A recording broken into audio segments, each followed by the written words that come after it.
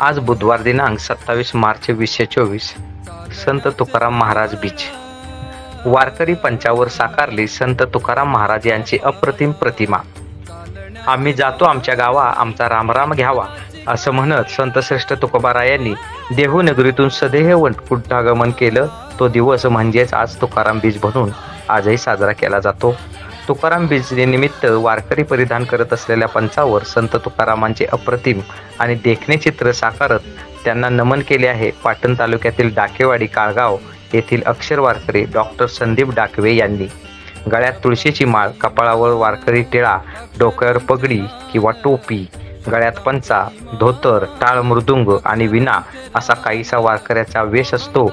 या वेशभूषेतील पंचावर डॉक्टर डाकवे यांनी तुकाराम महाराजांचे चित्र साकारले आहे.